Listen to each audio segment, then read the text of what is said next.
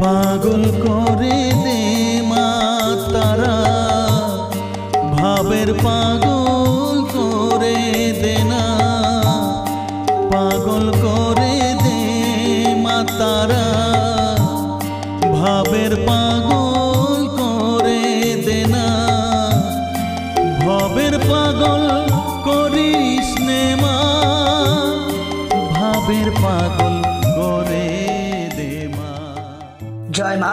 আগামী 1432 7ই শ্রাবণ বৃহস্পতিবার, ইংরাজি মতে 24 জুলাই 2025। এই দিন মহা অমাবস্যা। এই অমাবস্যা চিতালগী অমাবস্যা। এই অমাবস্যা এমন এক বিশেষ তিথি। এই অমাবস্যায় পূর্বপুরুষের আশীর্বাদ পাবার জন্য এবং পূর্বপুরুষের যে অভিশপ্তর জন্য মানবকুলে এবং তার পরিবারের যে বিশাল কোনো বড় সমস্যা তৈরি হয়, আর এই চিতালগীর অমাবস্যার যোগে যদি ঠিক মতন মাতৃশক্তি মা কালীর আরাধনা ঠিক মতন করা হয়, তাহলে এই পিতৃদোষ থেকে অনেক বড় মুক্তি পাওয়া যায়। চিতালগী অমাবস্যায় আমি আচার্য দেবজির বিশ্ব কল্যাণের জন্য ভক্তদের মনস্কামনার্থে আমি নিজে তারাপীঠ মহা শ্মশানে আমি মহা হোমযজ্ঞ আয়োজন করেছি। এই চিতালগী অমাবস্যা এমন এক যোগ, এই যোগেতে আপনারা যদি সমস্যার সমাধান পেতে চান তো সরাসরি আপনি আমার সঙ্গে যোগাযোগ করতে পারেন। নাম্বার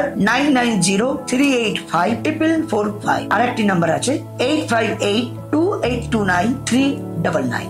এই দুটি নাম্বারে অগ্রিম আপনি আমার সঙ্গে যোগাযোগ করতে পারেন। এবং এই চিতালগীর অমাবস্যায় আপনারা বাস্তুর কল্যাণের জন্য আপনি এই ক্রিয়া অবশ্যই করতে পারেন। কি করবেন?